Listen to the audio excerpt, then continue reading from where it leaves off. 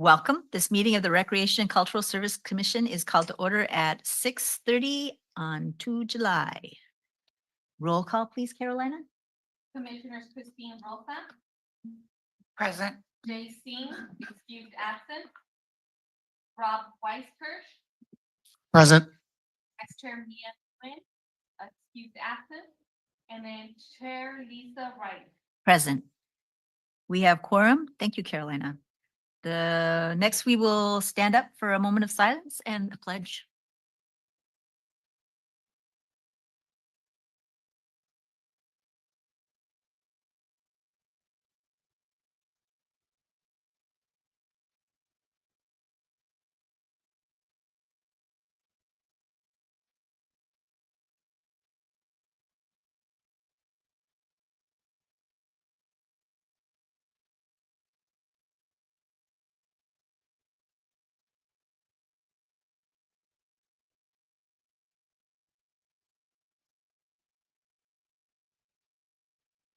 Okay, since we're waiting for our presenter for the Brown Act, we'll move on to number 5A, which is the proclamation for Parks and Recreation Month.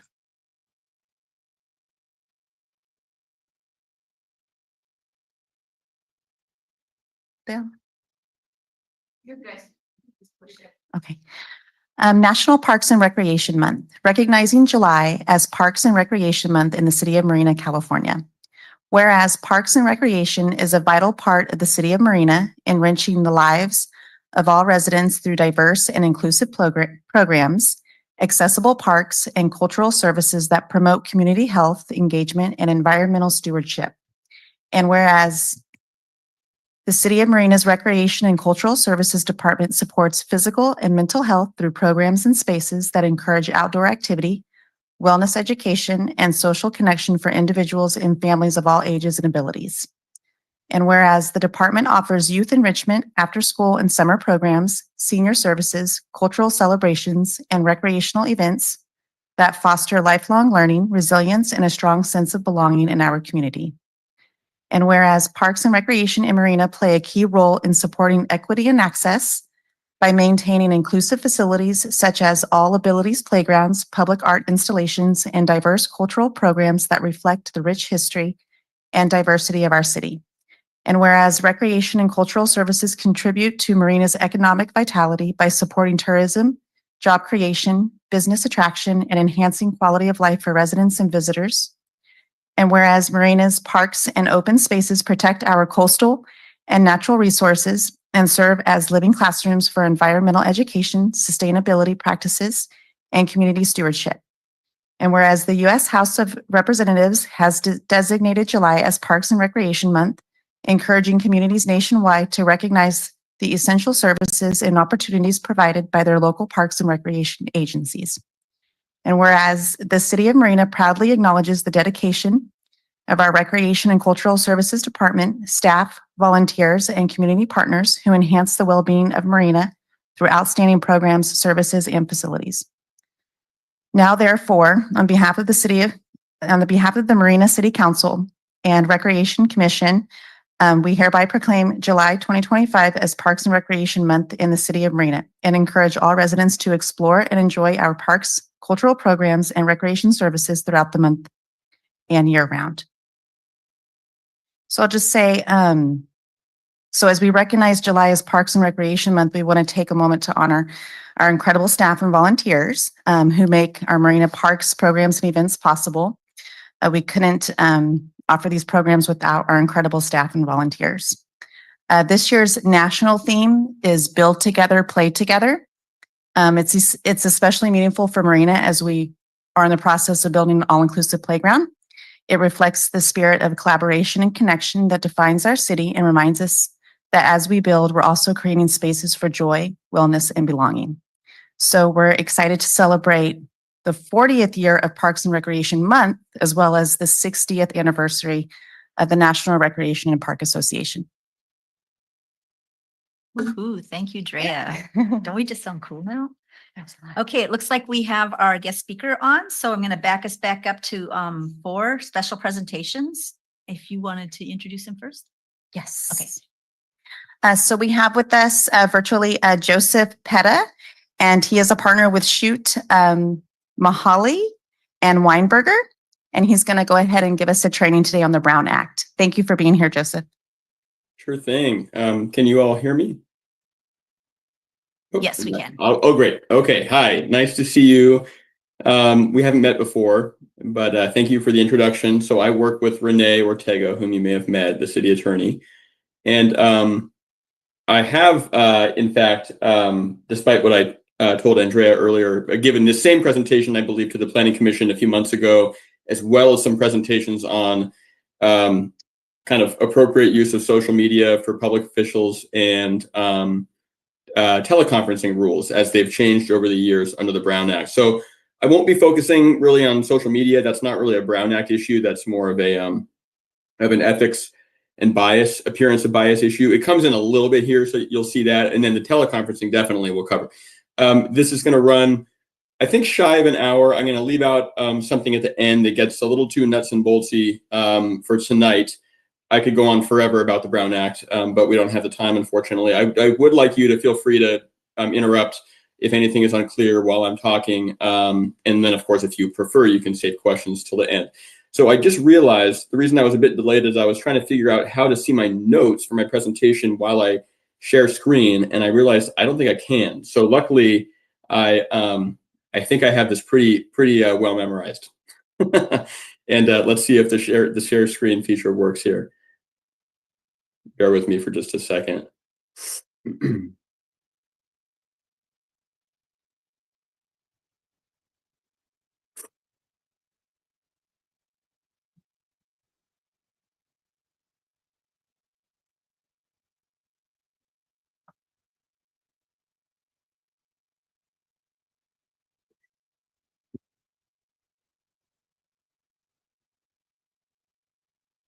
Is it possible oh, here we go. It's right in front of me. Okay. Okay. Can you see my slideshow?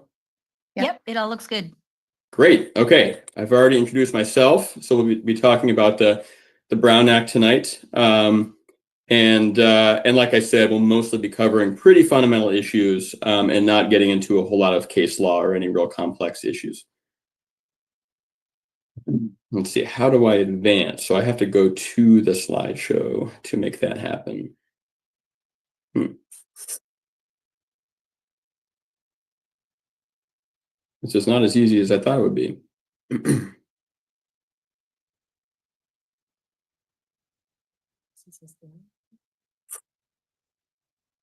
Oh, okay. I just click on it. Okay, excellent.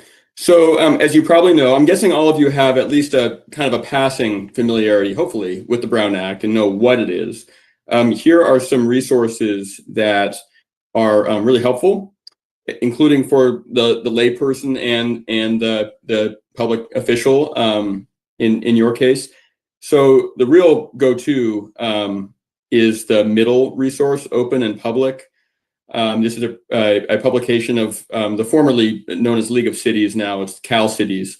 You may, in fact, attend the Cal Cities conferences annually held throughout the state. But they do publish this free PDF guide. It's about 45 pages that you can find online. And it's just great. It's great for bedside reading. It has a lot of citations or endnotes at the end of each chapter, so you don't get bogged down in authorities as you're reading. And it should be really helpful for you on a daily or at least monthly basis, depending on how frequently you meet. Other publications on either side, they're a little more dated. You can see the one on the right, published by the AG's office, is almost over 20 years old, but that's also helpful interpretive information on the Brown Act. And then, of course, as I'll touch on very briefly at the end, the Attorney General's office still issues opinions on interpretation of the Brown Act, periodically. I'm assuming my slides are advancing, right? So we're good? You can see Yes, it in we're the all good. slide. Great. Okay, great. So what I'll be talking about tonight, just a very basic background of the Brown Act, what kind of agencies and officials are covered, and then the real meat of the presentation is what are its requirements, of which there are many. And then I'll touch really briefly on consequences of violations at the end, because I know you won't be violating the Brown Act, so we can save that for an afterthought. Here is the core of the Brown Act as codified in the government code. All meetings of the legislative body of a local agency shall be open and public, and all persons shall be permitted to attend any meeting of the legislative body of a local agency except as otherwise provided in this chapter.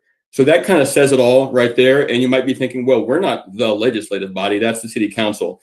That is a little misleading in that it really means a legislative body, and the term legislative body is interpreted very broadly. So as you'll see on the following slides, that definitely applies to your commission. It can even apply in some cases to like subcommittees of commissions made up of fewer than all of their members. And then, of course, this little last clause at the end, except as otherwise provided in this chapter, that refers to exceptions to the Brown Act's application and situations where a convening of public officials doesn't actually qualify as a meeting under the Act. Okay, so as I just mentioned, the Brown Act covers very broadly almost every type of local government body, whether they're elected, appointed, or really just advisory, meaning they don't actually make final decisions, but just advise, like the city council, for instance. So it's a broadly applying statute. It does apply to your body, which is why you're hearing about this tonight. And then, as I mentioned, it does also apply to what are called standing and sometimes ad hoc subcommittees. So that question is a really sort of fact-intensive question, which kinds of subcommittees and ad hoc committees the Brown Act applies to. And so there isn't really like a bright line rule I can give you right now. But, you know, to illustrate, we often get questions from staff, hey, the city council created this subcommittee to look into hiring for a particular position. It's a temporary committee. Does it have to follow the Brown Act in terms of having open and public meetings? And so we can provide answers on a case-by-case basis. Standing tends to mean, as you might imagine, a committee that's formed for a kind of indefinite period. And that would be a standing subcommittee of a larger body. And then ad hoc can be like just for, a temporary period, like for hiring for a position, for instance. And the kind of, just so you know, the kind of factors that we would look at to make that determination are what kind of powers it was given by the body that created it, what its duration is, and whether it has kind of the ability to take action on its own, or if it has to report back to the body that created it in order for something to happen. Okay, moving on to what the Brown Act requires. So as you probably know, it requires that your meetings be open and public. That is in quotation marks because that's the language of the law, and that means exactly what you're doing tonight. So you're having a public meeting, the public can attend either virtually or in person. There has been, going down to the next bullet, an agenda that for a regular meeting of your body is posted 72 hours prior to the meeting. If you're holding a special meeting, I don't know if your body ever does that, but typically that's a meeting that's called on shorter notice for a single purpose. For instance, if there's a deadline approaching and you can't wait for the next regular meeting to attend to an item, and the Brown Act only requires 1 day, 24 hours notice prior to those meetings. And when I say notice, what I mean is posting the agenda publicly, usually both physically, where agendas are posted, typically at City Hall premises, and then also on your website.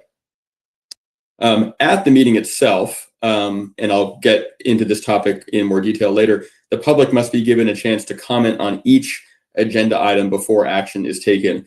And people often ask me, do you really mean each and every agenda item? And I mean, not on roll call, not on the pledge, not on the moment of silence, but otherwise pretty much on every item, including adoption of minutes from the prior meeting, consent agenda, and of course, any public hearing items.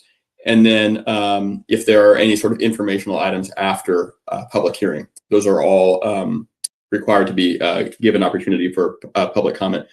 And then this last item is a little what's the word I'm looking for? Like kind of formalistic, but it is required to typically indicate by roll call. And my understanding is this is for people who cannot actually see what's happening at the meeting, the individual votes of every member who's present. on an item. Moving on. Okay, so when does a meeting occur? A meeting occurs when basically a majority, that's a simple way to put it, of your body is present. So 50% plus one. That's why you take roll call at the beginning of the meeting and determine that you have enough people there to vote. You're having a meeting right now because your body is convened and it is going to deliberate on the items on the agenda.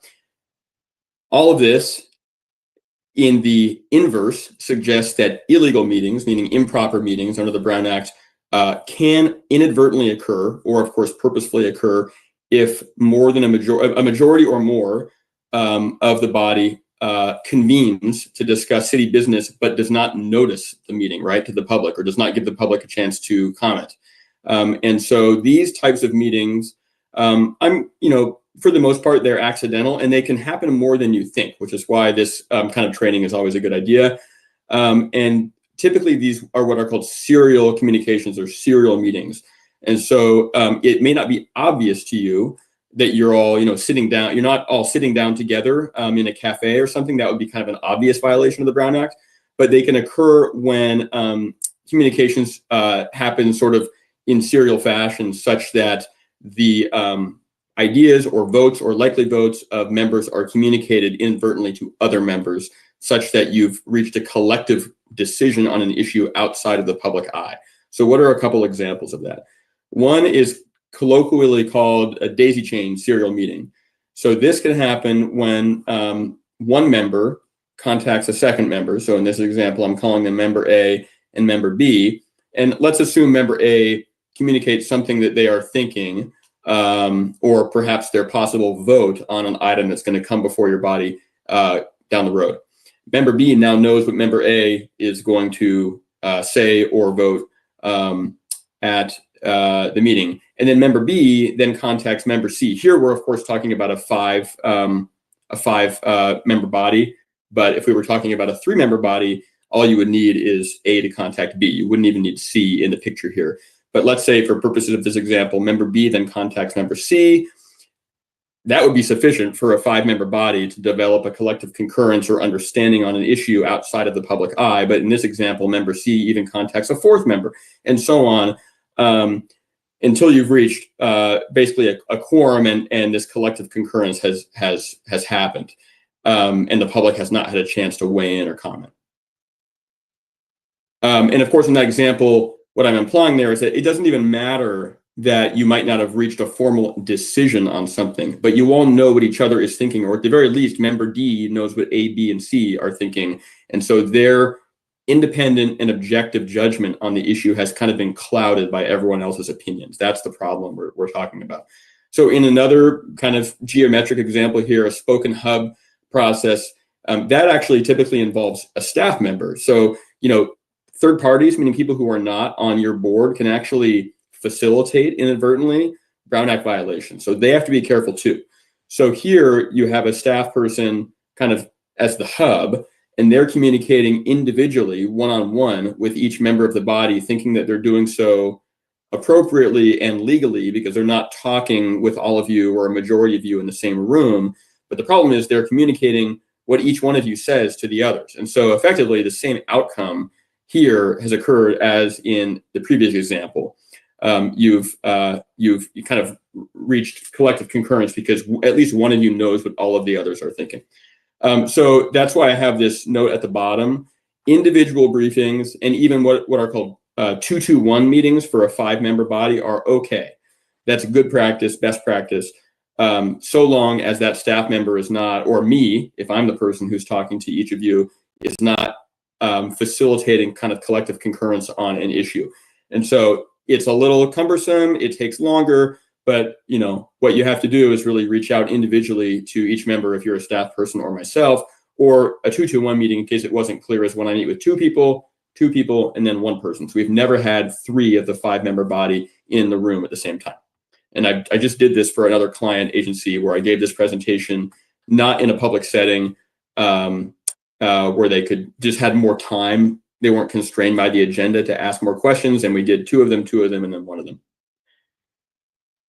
Okay, So I've already mentioned that for a regular meeting, the agenda with a brief description of each item must be published 72 hours in advance. You cannot take any action or really have any substantive discussion on issues that are not agendized. And so that's why you may sometimes hear your chair of your commission or the clerk or a staff person or even a deputy city attorney say, sorry, I have to cut you out. That's not been agendized. And the reason for that is because the public may want to weigh in on that item and they chose not to attend this meeting because they thought that a certain issue was not going to be discussed. And then lo and behold, it is. And they've lost out on the opportunity to talk about it. So that's why you have to stick with the agenda and keep a close eye that you're not straying from it. There are some kind of practical but narrow exceptions to that rule. If the public, say, in a general comment period, typically at the beginning of the meeting, brings up an item as they are allowed to do, that's not on the agenda, right? That's their prerogative to do that, even though you can't bring up an item that's not on the agenda. You can nonetheless provide a very brief response, or staff can if they're asking purely for information, or say they're asking to place an item on a future agenda and staff and the commission chair agree, or to make a very brief kind of innocuous announcement. But you cannot just talk about substantively an item that was not agendized, other than those narrow examples. What are closed sessions? You might have heard this term before. I don't believe your commission meets in closed session. That is typically a privilege that is reserved to the primary legislative body, in this case, your city council. And so some people think that you can kind of go into closed session, meaning out of the public eye, whenever you want an issue to be discussed confidentially, but that is not the case. So the exceptions to the Brown Act open and public meeting requirement for closed sessions are narrow, and they're specifically enumerated in the government code. And before holding a closed session, it is imperative that whoever's developing the agenda, often the city attorney in this case, identify the appropriate authority in the government code to go into closed session, and it has to actually appear on the agenda. It doesn't have to explain in confidential detail what the topic is going to be, but in enough detail that it is evident that you are legitimately using that exception to the Brown Act. And so the exceptions are, this is not exhaustive, but some of them are existing or anticipated litigation. This would be to discuss strategy around litigation, sensitive real estate negotiations, employment and personnel evaluations, labor negotiations, and then a more recent exception to the open and public meeting requirement was for imminent threats to public services or facilities. Should I pause for, you're all very small on my screen, so I can't tell if anyone has questions brewing or if I should wait till the end. I told them to go ahead and ask if they had anything to ask, so they'll just ask you right out. Great, okay. Okay, continuing on closed session. So as you might, it's probably obvious, this is largely to protect third-party confidential information, at least in the case of real estate negotiations, or certainly in the case of personnel evaluations and hiring decisions. I mentioned already the sort of tricky issue of agenda notice, and that it's always a good idea to talk with the city attorney or assistant city attorney when you're trying to agendize a closed session item, because there are very specific rules about how to do that. Going back to that rule that public comment needs to be allowed on each item. Yes, it does even need to be provided for closed session, even though you're not conducting the closed session in the public eye. Typically what happens is you begin the meeting publicly before you retire to closed session, right? You announce the item, you request public comment on the item, and then you go into closed session. And the reason is that people often know generally what is going to be discussed, even though they don't know the content of the discussion, and they want a chance to weigh in before the council usually goes into closed session to discuss. And then after the closed session is over and the council comes back into regular open session, there needs to be, in many, not all cases, a report out of generally what was discussed, or for instance, if a settlement was reached. It is not always required if it would necessarily expose confidential information, but it may be. And again, that's a issue to discuss with the attorney. Okay, back to the right to comment. You've already heard that the public must be given the right to comment on each item on the agenda before the action is taken. So that's why we open and close public comment before a motion is made and before a vote is taken on the motion. I mentioned already that for regular meetings, typically, and I have your agenda open. I have not looked at it closely tonight, but typically there is an item at the top of the agenda for general public comment. So someone can address the council or commission on anything kind of pertaining to city business, whether or not it's on the agenda. The council typically just lets the person talk for the 3 or whatever minutes you've allowed, and then it's over and you move on. And that person can speak again once a specific item comes up, on a topic. When it does, they can only talk on that item. So that general public comment period is just at the beginning of the meeting.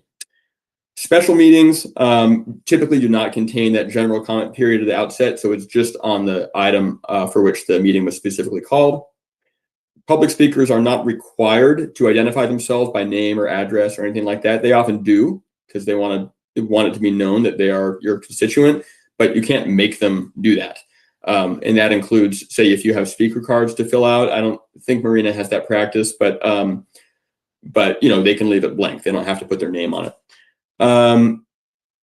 I know that for the Planning Commission, and I believe the council, on this last bullet, the typical length of time for public comment is 3 minutes. I'm assuming it's the same for your public comment periods. That's not set by state law, right? The chair has discretion to set that limit, but needs to apply it even-handedly. So you can't give people who like the commission's action on the item more time than people who have negative comments. There is a little clause at the very end here about advising the audience of appropriate decorum during public comment. So of course, sometimes items come before commissions or councils that are very contentious, controversial, and people feel very strongly about them. The bar, I always say, is very high for kind of cutting off someone's public comment early, and certainly from ejecting them from the room. I have never seen that happen personally, and it raises all sorts of tricky First Amendment issues.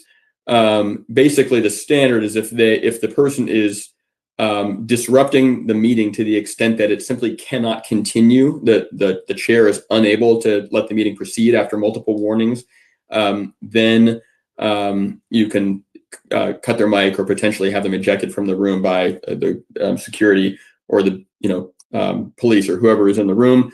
But again, the best practice, in my opinion, is absent some really severe circumstances, just letting them finish their comment, or just politely telling them they need to wrap it up if they're hitting up against the end of their comment, and avoiding these very potentially lawsuit provoking issues that can arise. Okay, responding to non-agenda public comments. So you can advise a commenter when they are talking on an item, a specific item on the agenda. If they stray from that topic, you can advise them that they are not on topic, and request that they come back to the topic on the agenda. I'm realizing this slide is a little repetitive of one I had earlier on, but you can, within reason, respond to off-agenda items brought up by the public if it's just a matter of requesting staff respond to a public's question, or following whatever process you have in place to place the item on a future agenda. I mentioned that social media would come in a little bit in this presentation, and here it is. This was a law passed in 2020, a state law. It memorialized that you are allowed to use social media. There's nothing preventing members of deliberative bodies from using social media to provide information to the public in those officials' professional official capacity, answer questions and solicit information. I understand absolutely that is part of your relationship with your constituents. It's part of your job, but you have to understand that all of those rules about serial meetings and avoiding, daisy chain and hub and spoke communications, that usually can occur over email or the phone, they can occur really easily, even more easily these days over social media. And the reason is because the law basically says that even taking such sort of simple actions as liking or putting a heart or a +1 or something on a post by another member of your body can count as sort of a validation or a sort of an endorsement of that point of view. And so if you have multiple commission members all sort of liking each other's post, that can be a serial meeting. So you have to be very cautious that you don't use these really, tempting little features of social media to basically cause the same violation that you could cause with email communications. So I typically just suggest avoiding those types of actions on social media entirely because they're so easy to slip up. I have a quick question about that. Yes, So please. say someone posts something that's on the commission and a member of the public asks a question. Are we allowed to respond to that question, or do we just let the person who originally made the post respond to it? So whose social media account is this happening on? Well, honestly, our mayor is incredibly active online. And a lot of times somebody from the public will say something and it'll be like they'll ask a question and it's like, I might know the answer to that question. Are you saying that we're not supposed to answer that question, or we're supposed to let the mayor, because he did the original post, answer that question? Well, yeah, I'm wondering what, and I may be revealing my personal kind of ignorance about some social media platforms. But are you talking about like the mayor's Facebook page or whatever that you are kind of you have access to? Is he posted something and the public posts on his page? Or are we talking about an official City of Marina page that all of you have access to collectively? It's not an official City of Marina page. He posts often as himself, and he also posts on Nextdoor. So I think it's just, is it his official page then? Is that what is considered? I don't think so. I think it's like the what's going on. in Yeah, he does a Marina lot of what's page, going on kind of stuff. but it's not his personal page. No, Okay. it's not his personal page. Okay. So not having this in front of me, it's a little hard for me to picture this, and I'm to be honest, a little wary about giving an opinion on something that is like a real world example without seeing it.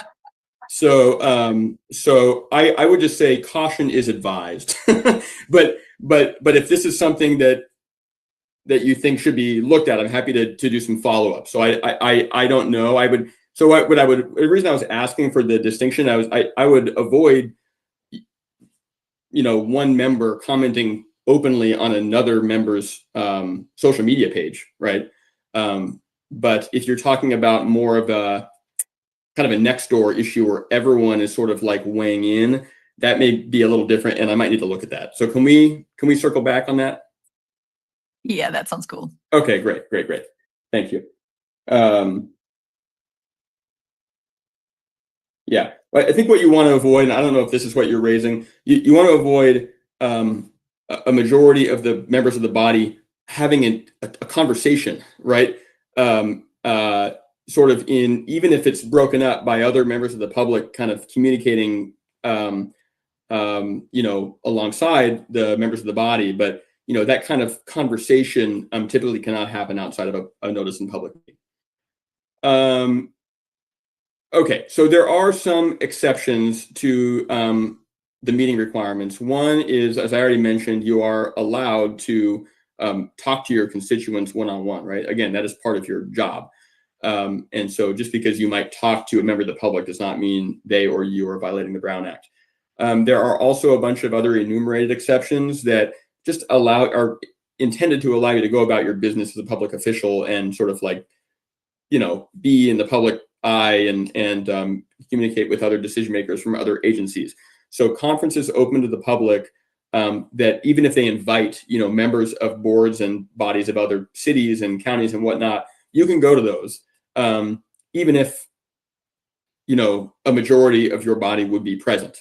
You just have to be the common sense exception to sort of carve out to all of these exceptions here, as I noted at the bottom of the slide, is don't huddle up or sit next to each other at the meeting, but you can all attend this conference as long as you're doing so in an individual capacity.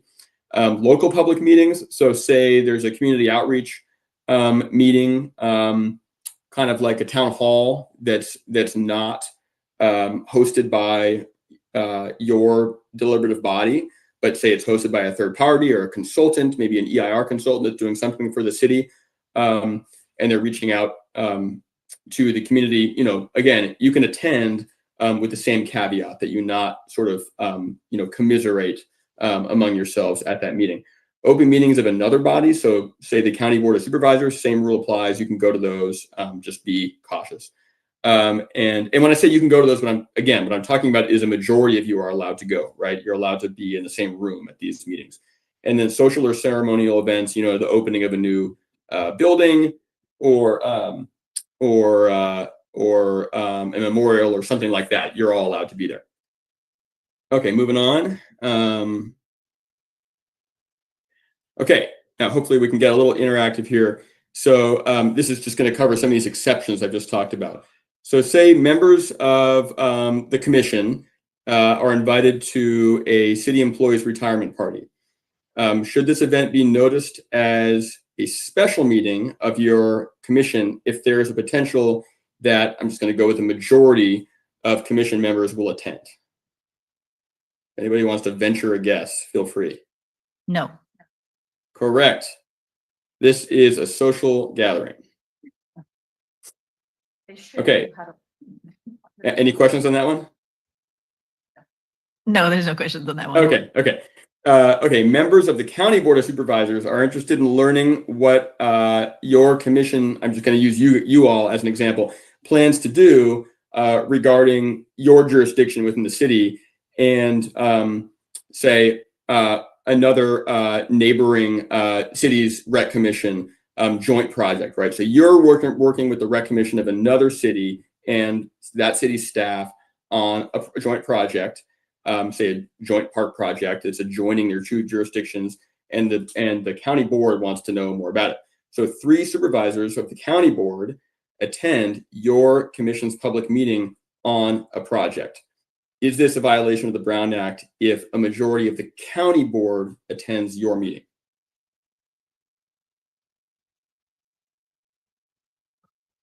And I'm not asking if you're violating the Brown Act. I'm asking if they, the county board of supervisors members, are violating the Brown Act. I don't think so. Correct. You're right, because they're attending a meeting of another body. And finally, members of the commission are all invited to attend a webinar on state grants. Is this, and this is, the webinar is provided by, a state department that administers grants. Is this considered a violation if a quorum of your, or a majority of your commission are present? No. No, you're right. Falls under the category of a conference open to the public. Okay, so I know you don't all put together the agendas, your staff does that, but I'm going to tell you about agendas anyway. They include the time, date, and location of the meeting. They inform the public of the scope of what you're going to discuss so the public can decide whether or not to actually attend. That's why it's so important not to stray from the agenda. If people decided not to attend, you want them to feel validated in making that decision. There must be a brief but sufficient description of each item that will be discussed. So the rule of thumb is 20 words unless the item is so complex that it can't be discussed within that limit.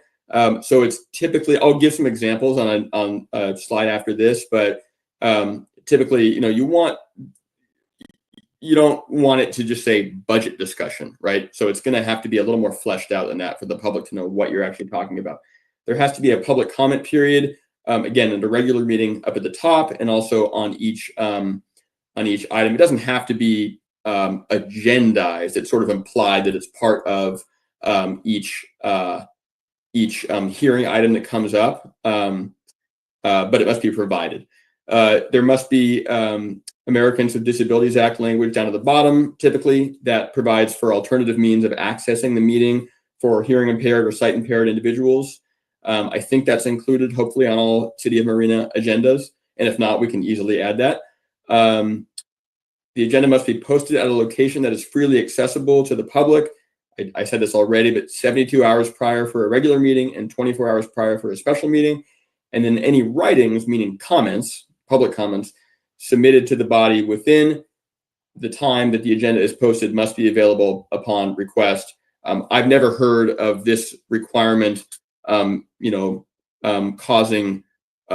the city to, not post public comments that are submitted before the agenda is posted. So I typically would advise that anything submitted on an upcoming agenda item, whether it's a week out or 3 days out, be made available upon request to anyone who asks. And that's just a public, Records Act sort of requirement. Okay, I think I just alluded to this a moment ago, but district events, or in your case, commission events, budget, or greenhouse gas emission targets are not sufficient descriptions of something on the agenda. It doesn't really give the public any idea of what's going to be discussed. Instead, include a brief sentence with a verb. Discuss schedule for 2025 district events, discuss update on the budget, or discuss the commission's greenhouse gas emissions targets, funding, and next steps. So pretty straightforward, and I think we're complying with this requirement on all of the city's agendas. Okay, minutes. People often ask, do we have to take minutes? No, it's not actually required by the Brown Act. It's a good idea, both for your own record keeping and so the public can stay informed. And of course, it is an expected and very regular agenda item on agendas to adopt the minutes from the prior meeting, of course. I believe the city may have policies, whether written or otherwise, about what meeting minutes look like, whether they're done as action minutes or, actual transcripts. Records retentions rules, which I know the city is already following, require that you retain them for the appropriate amount of time. And they are public documents as well. Okay, now here's a fun topic. When can you attend meetings virtually? So the default rule under the Brown Act is that you all attend in person. And that is, I believe everyone's attending in person tonight. That,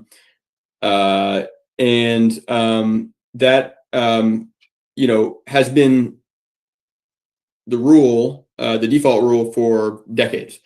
There has always been, or for as long as I've been, working with the Brown Act, what we call the traditional remote or traditional teleconference rule.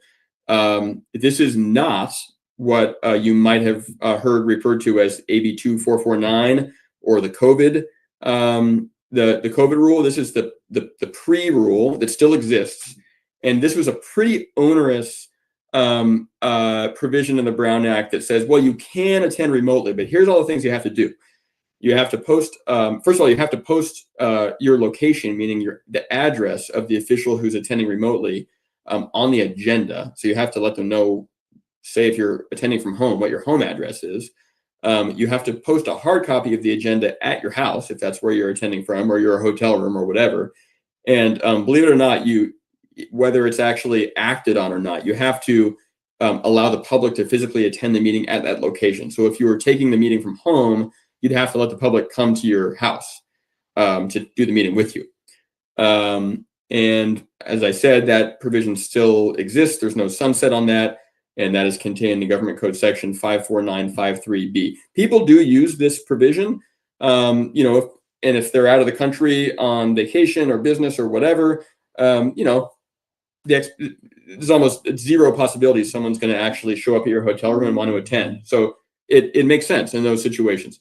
I'm not going to cover the middle option because that was temporarily in place during the emergency order that the governor signed for the duration of the pandemic, and that's not in place anymore. What we actually have now, at least until the end of this year, unless it gets extended, is called AB 2449. So you may have heard this referred to by the bill name or called the just cause or emergency option.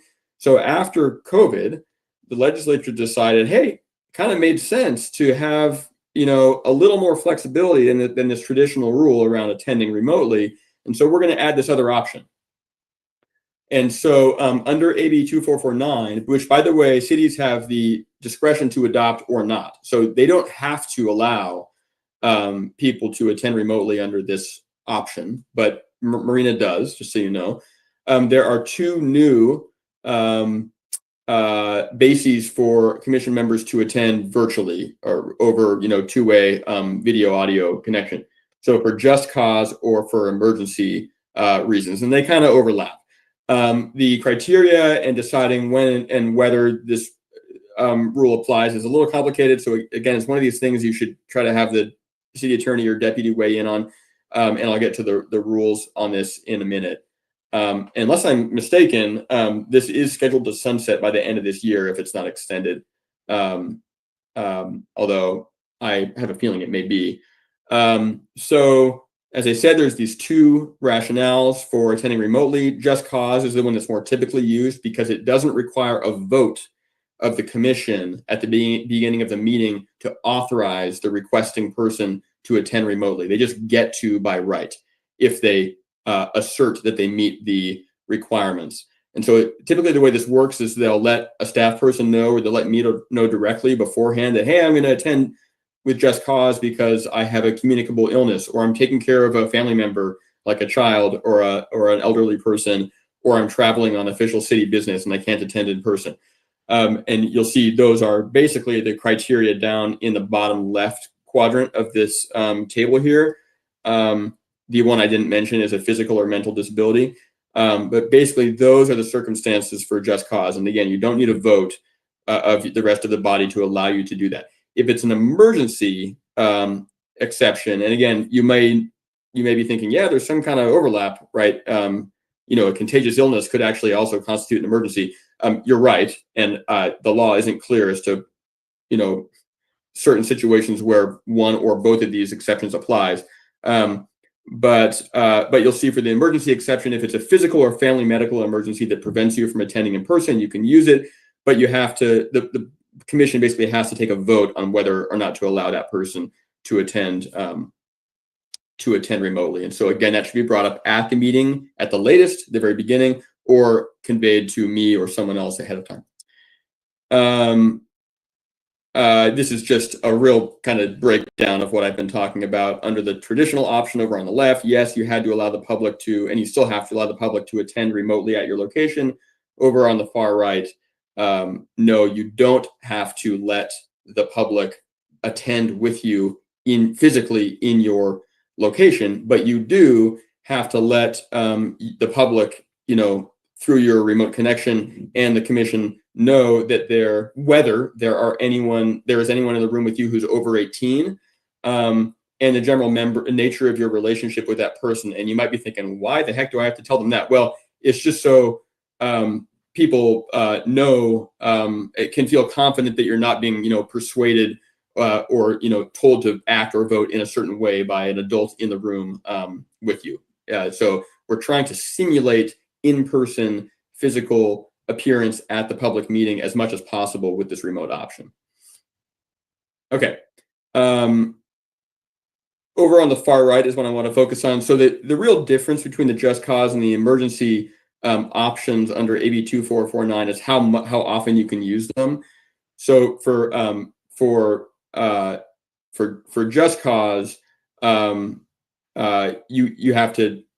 can't do more than 2 meetings per calendar year under just cause, but you can add on to that a little bit more with the emergency option. So you can't exceed 3 consecutive months or 20% of the regular meetings for your body in a calendar year. And staff ideally is keeping track of how often you're using these exceptions so you don't exceed the requirements. Okay, another pop quiz. We're almost done here, and I want to leave time for questions. A board member is on vacation and wants to participate in a meeting by cell phone from their car while driving. Is that allowed under any of the exceptions that we've talked about? And let's assume, maybe you need a little more information. Let's assume she's not sick or taking care of a loved one in the vehicle. We're going to go with no. No, right. And the main reason is because the location is not accessible to the public. And the reason I had to add that little detail at the end is this is kind of assuming that she wasn't meeting any of the just cause or emergency requirements. It's just that she wanted to do it while she was driving. And obviously there's no way to allow the public to attend the meeting from her vehicle under the traditional rule.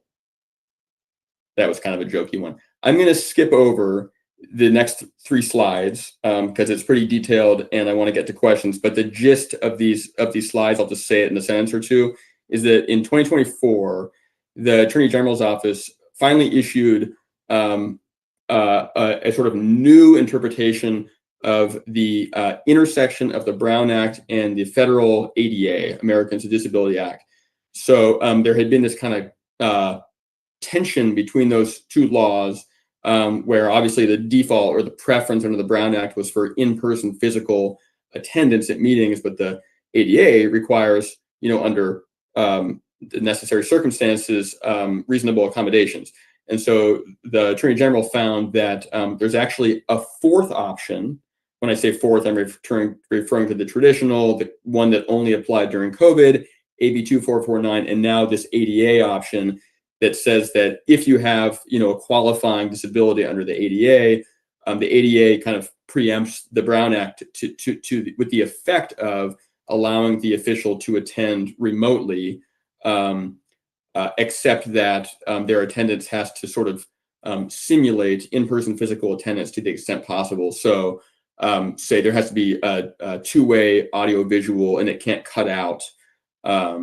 And so as long as that is satisfied, the AG's opinion basically says you don't have to follow any of the other AB 2449 requirements, like the limitations on using that exception, a certain number of times a year. It can be used indefinitely as long as you qualify under the ADA. So I'll skip the rest of that unless you have more detailed questions, but you'll see I added that in the 4th column here. Your remote location does not need to be posted and open to the public, but certain rules apply, like 2-way video and identifying adults, any adults in the room with you at your location. Okay, there are some remaining kind of unanswered legal questions even after that AG's opinion that are likely to come out in come to the fore in litigation in the coming years, but we haven't seen that yet. Okay, here we are in the last slide, consequences of Brown Act violations. So if you, the most common, violation would be a serial meeting resulting in a meeting, an unauthorized meeting that was not open in public. If that occurs, a bunch of stuff could happen that could put the city at risk. The caveat to all of this is the Brown Act typically requires a cure and correct letter. So you have a chance, correct and cure is the proper way to say that. So you have a chance to kind of fix the mistake before it results in litigation. And that would basically be redoing the hearing and any votes that were taken at the hearing, in an open manner. Okay, so but what could happen if you insist that the city was right and you don't actually cure the alleged violation is there could be a lawsuit by the DA's office or anyone who's interested in the outcome of the meeting. There could be a declaration by a court that any action taken at the meeting is void, ab initio, meaning like any resolution or ordinance that was approved by the council cannot take effect. And there can even, in really egregious circumstances, meaning basically intentional violations, there can be criminal sanctions. And of course, attorney's fees, which can be very expensive. And again, here's a link to that really helpful Cal City's Brown Act guide that I referred to earlier. And I think you've had this presentation shared with you. So you have the link already. And that is it. So happy to entertain any questions you may have. And thanks a lot for bearing with. You guys have any questions? No questions? Nope, looks like we don't have any more questions. Fabulous. Okay. If you ever do, feel free to email me or Renee, and we're always happy to assist. All right. Thank you so much, Seth. Appreciate it. Take care. Have a good evening. Thank you. Yeah. Okay, next thing on the agenda is 5B. We are going to get an update on the all-inclusive playground design. Yes, so June 18th, the steering committee gave feedback to Recreation and Cultural Services Commission on the schematic design, and then Rec Commission approved the schematic design to move forward to the City Council on June 24th. And June 24th, the City Council did approve all of the feedback and suggestions that were given from the Rec Commission. So that information's been provided to Leathers and Associates to move forward with the schematic design. Yep. Mhm. Did either of you have any comments before I move forward?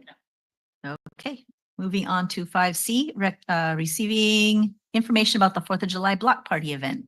Okay. So July 4th block party, we're very excited to have Marina's first annual July 4th block party at the Marina Airport. That's 781 Neeson Road in Marina. It's this Friday, July 4th from 3:30 to 9. We will have Safe and Sane fireworks from 8:30 to 9. And the public's allowed to bring their own Safe and Sane fireworks. There's also going to be a kid zone with inflatables and games, a beer garden, delicious food vendors, a touch-a-truck, and you'll be able to see a wonderful fire truck, which is the touch truck, and a police vehicle, and it's going to be really exciting. We'll have face painting and a lot of fun that day. I do have a question for you though. Yes. I saw online that clear bags only. So clear bags, so that we know that everything that's coming into the event Right. is safe. Okay, but that is something is that on the flyer then too, or is So there? it is actually not on this flyer, so I apologize. Because that was, yes, But today was the there first will time I'd be. seen it. That's why I was Okay. curious. There will Okay. be signage that's going to be at the event, and I believe it's also being uploaded to social media right now. Okay, cool. Yeah. Thank you, Drea. Um, Next on the list is, Let me mention go this ahead. real quick about the July 4th. Only Safe and Sane fireworks are allowed in the city of Marina, and only from June 28th at noon through July 4th at 11:59 p.m. The use of illegal fireworks, including aerials, mortars, and explosive type devices is strictly prohibited. Violators will be cited and fireworks will be confiscated. Just so everyone knows. yes, they will. Okay. Okay, moving on to 5D, information on the City of Marina 50th anniversary event. Yes. So Recreation and Cultural Services staff are actively working with council members Brian and Lisbeth to plan Marina's 50th anniversary celebration. We are currently in the early planning phase, which includes reaching out to local businesses, gathering vendors, developing a sponsorship program, and creating a commemorative experience that reflects Marina's unique identity. Specifically, our recreation instructor for social media and marketing, Donna, is working with a local designer to create a City of Marina flag and 50th anniversary logo. So we're very excited about this event, and we're looking forward to celebrating this important milestone with our entire community. Our tentative date for this is about October 11th. Yep. Yep. Where will you host it? It's going to be in the heart of downtown Marina. I don't have the exact name of the street on me right now, so I apologize for that. But it is near the Otter's Den, I believe. How do you say it? Vista de Camino?